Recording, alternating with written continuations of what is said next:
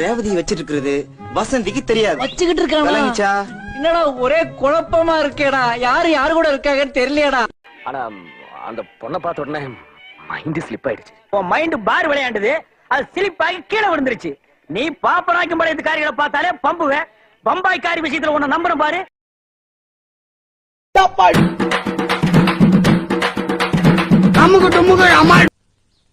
வாடா சக்தி, வயசுக்கு வந்துட்ட,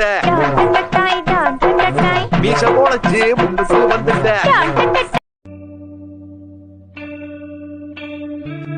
பால் கறப்பா பாதி சொம்பு பாலத்தான் பாத்துருக்கிறேன். உன் கைராசி பாத்திரம் நிறைஞ்சு ஒழியிறது இன்னைக்கு தான் பாக்குறேன். ஆடி கறக்கிற மாட்டா.